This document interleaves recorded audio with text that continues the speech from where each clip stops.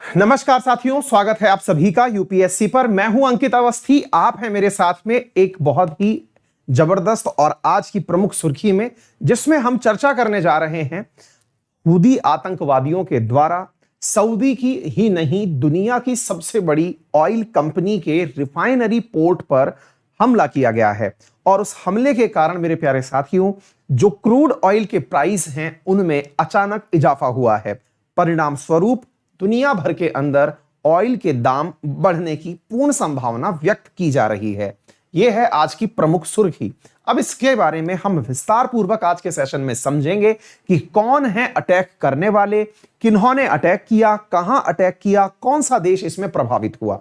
आइए साथियों, आज के प्रमुख अखबारों की सुर्खियों में आपके सामने है। हाल ही में जो भी जितने भी इंटरनेशनल अखबार हैं उन सब ने यह चीज कवर की है कि $70 से ऊपर चला गया है ऑयल प्राइस। ये आपके द हिंदू, अरब न्यूज, इन सब ने मेरे प्यारे साथियों हाल ही में यह बात कवर की है।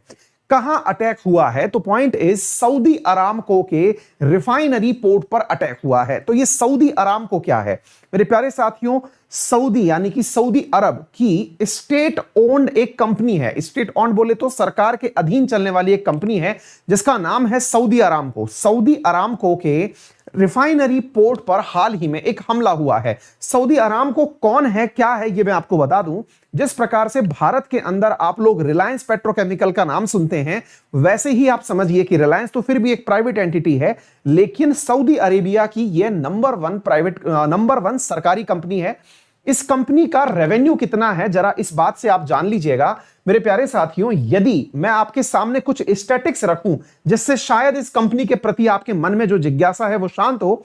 यदि सऊदी अरामको के द्वारा जो कुल बिजनेस किया गया है उसे हम जोड़ें तो सऊदी अरामको का एक साल की जो कुल कमाई है वो 111.1 ट्रिलियन डॉलर होती है। एक अकेली कंपनी की जो कमाई है और वो जो कुल नेट कमाई है उसकी, वो एप्पल, गूगल और एक्सॉन मोबाइल जैसे 3 बड़े बड़े ब्रांड्स की जो नेट कमाई है उसके बराबर है। यानी इससे अंदाजा लगाइए कि जिन्हें आप दुनिया की सबसे बड़ी कंपनी जानते हैं, गूगल, एप्पल जैसी कंपनियों को आप जानते हैं, उनकी जो नेट कमाई है उसके बराबर अकेले इस कंपनी की एक साल की कमाई है।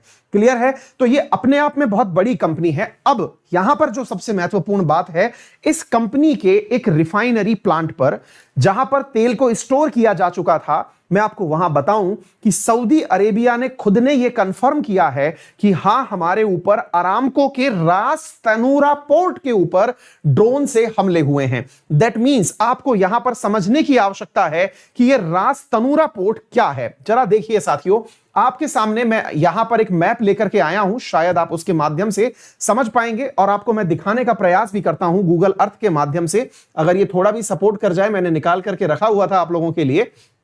रास तरुणा जो है क्या है मैं आपको पहले बता दूं, जब तक ये वापस से रीलॉग इन करके आता है। मैं आपको बताना चाहूंगा साथियों कि सऊदी के अंदर जो तेल निकाल करके स्टोर किया जाता है, वो स्टोरेज का एक पर्टिकुलर सोर्स बनाया हुआ है। उस पर्टिकुलर जगह से पूरी दुनिया को ऑयल एक्सपोर्ट भी किया जाता है और वहां पर ऑयल को स्टोर भी किया जाता है। मतलब यह समझिएगा कि दुनिया के 7% ऑयल का, अकेले 7% ऑयल का जहां से एक्सपोर्ट होता है वो है रास तनूरा पोर्ट। आप जरा इसे अब इस फोटो के माध्यम से देखने का प्रयास करें। जरा आप इस फोटो को देखें, शायद यहां से कुछ बातें आपको समझ में आएंगी। देखिए, मैं थोड़ा और इसको जूम इन कर देता हूं, आप इस मैप के माध्यम से पहले समझेंगे कि हम बात कहां की कर रहे हैं। हम बात कर रहे हैं सऊदी की। तो देखिए, मैं आपको बताऊं, ये रहा, और थोड़ा अंदर ले चलता हूं मैं आप लोगों को। देखिए साथियों, आप मैप के माध्यम से समझ रहे होंगे कि यह पूरा की पूरा सऊदी अरेबिया रहा। सऊदी अरेबिया में यह पर्शियन गल्फ रही, straight of Hormuz, gulf of Oman है। अब मैं आपको जूम इन करके यहां ले चलता हूं। जरा आप सऊदी अरेबिया से चलते हुए अंदर चलें, और जब आप जूम इन करते हुए अंदर पहुंचते हैं तो पहुंचते चलते हुए आपको रास तनूरा पोर्ट नजर आता है। अब ये जो रास तनूरा पोर्ट है, इसकी खासियत मैं आपको बताऊं, यहां पर ऑयल को स्टोर किया जाता है और एक ही दिन में लगभग दुनिया की जो कुल आवश्यकता है उसके 7% ऑयल को एक ही दिन में यहां से एक्सपोर्ट किया जाता है। आप इससे थोड़ा अंदाजा लगाइए कि यह कितनी महत्वपूर्ण जगह है। आप इसका 3D व्यू अगर देखेंगे तो इससे समझ भी पाएंगे। देखिए, ये जो आपको दिखाई दे रहे हैं ये ऑयल टैंकर्स हैं।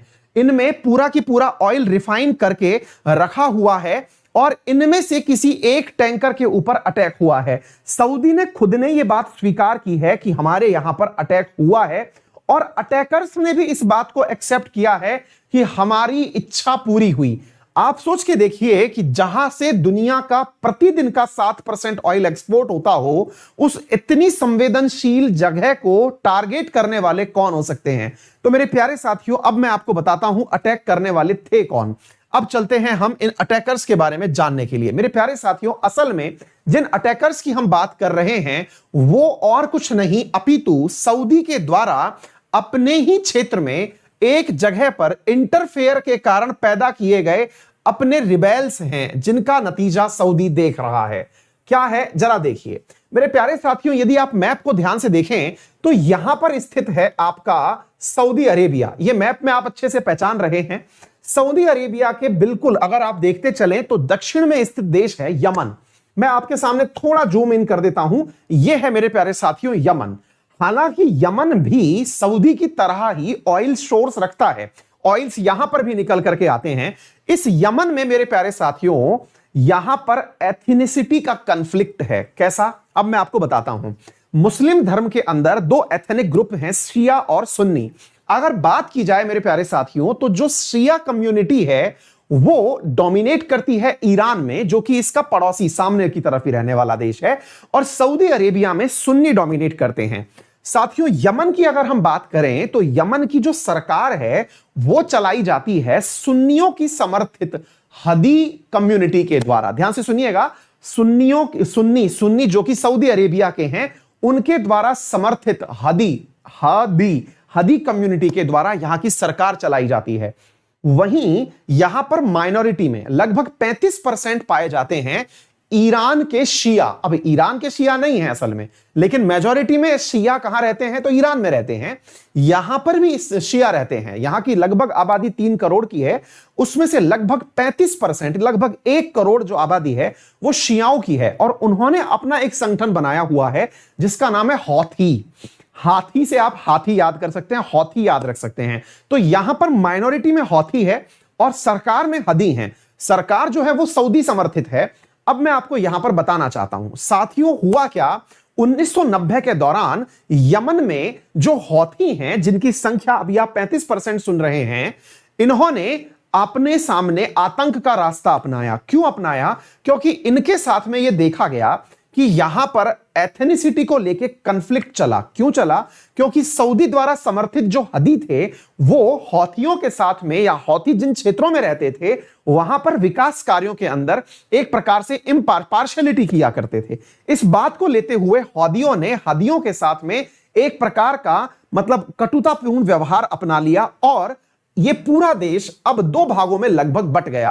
कौन से 2 भाग? तो मैं आपको बताऊं, इसका आधा भाग लगभग इस तरफ मेरे लेफ्ट में अगर मैं बात करूं, यह हौदी समर्थित है, और इसका आधा भाग यानी राइट वाला जो भाग है यह हदी समर्थित है। अगर मैं आपको इसे मैप के माध्यम से दिखाऊं तो अब आपको यह बातें और अच्छे से समझ में आने लगेंगी।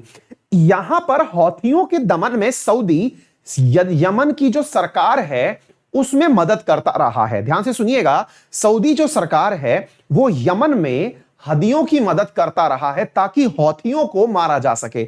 ऐसी स्थिति में अब हौथियों ने अपना बदला लिया है। बदला कहां लिया? इनके सबसे बड़े उस सिक्योर पोर्शन पर अटैक करके, जो कि इनकी सुरक्षा के हिसाब से सबसे महत्वपूर्ण समझा जाता था। अगर मैं तथ्यात्मक रूप से आपको बताऊं तो यहां पर लगभग 6.5 मिलियन बैरल प्रतिदिन तेल का एक्सपोर्ट जिस जगह से होता है वहां पर इन्होंने अटैक किया है। डेली नीड का 7% ऑयल जहां पर होता है वहां पर इन्होंने अटैक किया है। तो मेरे प्यारे साथियों, उम्मीद है आपको यह बात समझ में आ गई होगी कि यह सारा कहां पर है। इस प्रकार से इन्होंने अपनी तरफ से बताया है कि हमने लगभग जो है 14 ड्रोन से और लगभग 7-8 बैलिस्टिक मिसाइल से अटैक किया है। यह हौथी मूवमेंट है जो 1990s में शुरू हुआ, 1992 के पास। यह जो येलो पोर्शन आप देख रहे हैं यह हौदियों द्वारा यमन का समर्थित पोर्शन है, और जो ग्रीन पोर्शन आप देख रहे हैं यह पूरी तरह से हदी यानी कि जो वहां की सरकार है उसका समर्थित क्षेत्र है। और जो आप वर्तमान में यहां पर पैरेलल लाइंस में बना हुआ देख रहे हैं, असल में वहां पर दोनों के कॉन्फ्लिक्ट्स चल रहे हैं। तो इस प्रकार से इन दोनों का जो डिस्प्यूट है उसका परिणाम सऊदी को भुगतना पड़ा। कहां पर भुगतना पड़ा मेरे प्यारे साथियों? मतलब अपने पोर्ट पर हुए हमले के रूप में देखना पड़ा। अब बड़ा सवाल बनता है कि दुनिया का क्या रोल है। कारण तो समझ में आ गया, लेकिन इसके पीछे की और भी कोई वजह हो सकती है क्या? अब मैं आपको बताता हूं साथियों, इसके पीछे की जो वजह है आपको मालूम होना चाहिए। हमने बहुत बार अपनी क्लासेस में इस बात को कवर किया है कि जो मिडिल ईस्ट है, जिसे हमने अपनी तरफ से वेस्ट एशिया कहते हैं, अमेरिका वाले उसे मिडिल ईस्ट कहते हैं, यूरोप वाले उसे मिडिल ईस्ट कहते हैं, यानी कि सऊदी, ईरान, इराक, ये वाला सारा पोर्शन। असल में ये तेल का भंडार तो रहा है, लेकिन अमेरिका की पॉलिसी यहां पर जो राष्ट्रपति हैं उनके बदलने से बदल जा रही हैं। यानी कि ये ऐसा क्षेत्र है जिसे लेकर के अमेरिका की सरकार अपनी एक जैसी नीति नहीं रख पा रही है। हालांकि दूरगामी अगर परिणाम देखे जाएं तो इससे अमेरिका की हेजीमोनी कम होगी, लेकिन आज हम अमेरिका की चिंता नहीं करेंगे, लेकिन अमेरिका की वजह से हो रही चिंताओं को जरूर चर्चा में लाएंगे। मेरे प्यारे साथियों, अमेरिका में जब ट्रंप सरकार थी तो वो पूरी तरह सऊदी को समर्थन देती थी। अब बाइडेन सरकार है जो आने वाले समय में ईरान को अपने सैंक्शन से मुक्त करने वाली है। और तो और जब ईरान सरकार में जब बाइडेन सत्ता में आए हैं तो उन्होंने सऊदी पर प्रतिबंध लगा दिए हैं। सऊदी पर प्रतिबंध लगाए, प्रतिबंधों के रूप में इनके साथ होने वाली डिफेंस डील कैंसिल कर दी। इसी के साथ साथ यहां के जमाल खशोगी करके पत्रकार हुआ करते थे, उनकी हत्या के लिए सऊदी को जिम्मेदार ठहरा दिया। इसके साथ साथ सऊदी के साथ में और भी जो डील थी उन्हें सबको, यानी अपनी तरफ से जो किए जाने वाले हथियारों का व्यापार था उसे फ्रीज कर दिया। ये तमाम कार्य यूएस गवर्नमेंट ने किए। वहीं बात हम ईरान की अगर करें तो मेरे प्यारे साथियों, अब बाइडेन से उम्मीद है ईरान को, और मैं एक तरह से कहूं तो दुनिया के शियाओं को उम्मीद है कि जो बाइडेन सरकार है वो हमारे पक्ष में निर्णय लेगी। ऐसा अगर होता है तो मेरे प्यारे साथियों, हौथियों को लगता है कि हमारे प्रति भी सिंपैथी होगी, और उनकी इसी दुस्साहस ने अटैक करवा दिया। कहां पर? सऊदी के ऊपर। यह बात आपको समझ में अतिरिक्त रूप से आनी चाहिए।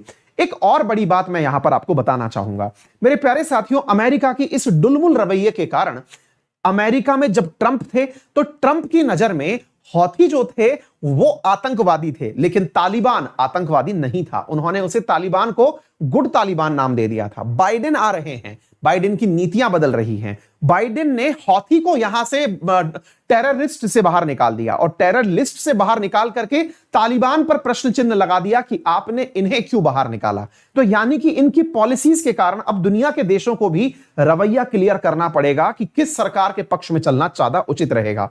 अमेरिका के इस बदलती नीतियों के कारण हौथियों को लगा कि अब टेरर चार्ज तो हमारे ऊपर से हट ही गए हैं। लेकिन मैं आपको बताऊं, हौथियों ने हाल ही में भी मेरे प्यारे साथियों सऊदी पर अटैक किया था। अपनी मॉर्निंग में जो सुबह 7 से 8 बजे करंट अफेयर्स की क्लास होती है वाईफाई स्टडी 2.0 पर, तब भी मैंने आपको बताया था कि हौथियों ने सऊदी पर अटैक किया था। 6-7 दिन पहले की बात है।